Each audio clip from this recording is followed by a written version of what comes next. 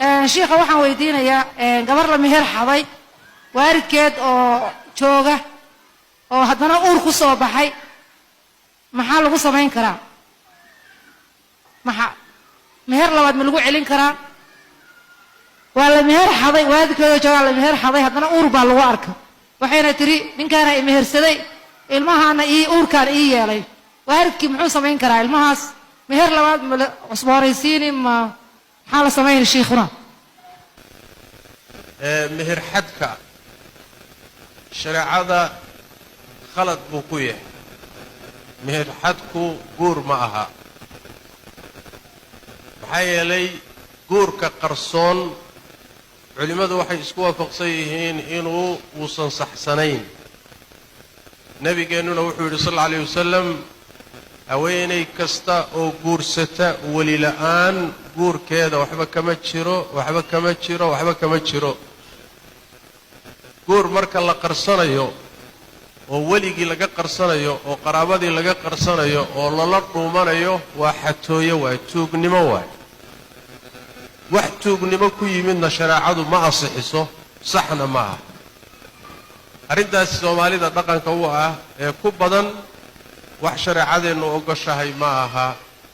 waxaa kaleetoo shareecada khilaafsan waxa la yidhaahdo guurka masaafada oo gabadha meeshii ay joogtay inta laga kaxeeyo magaalo kale la geeyo lagu soo meheriyo iyadana sax maaha labaduba shareecada way khilaafsan yihiin guurka saxda ah ee qur-aanku sheegay sunnada nebiguna sheegtay sal alla alay wasalam waxa weeye in gabadha ehelkeeda laga doono oo weligeedu bixiyo oo weligeedu guuriyo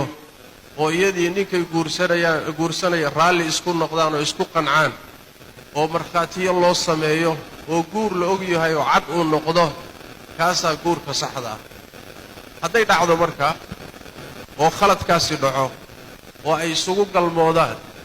oo uur yimaado maxaa la samaynayaa waxaa la samaynayaa guurku waa khalad ilmuhuse waa sax guurka waa la saxayaa oo guur saxsan ma aha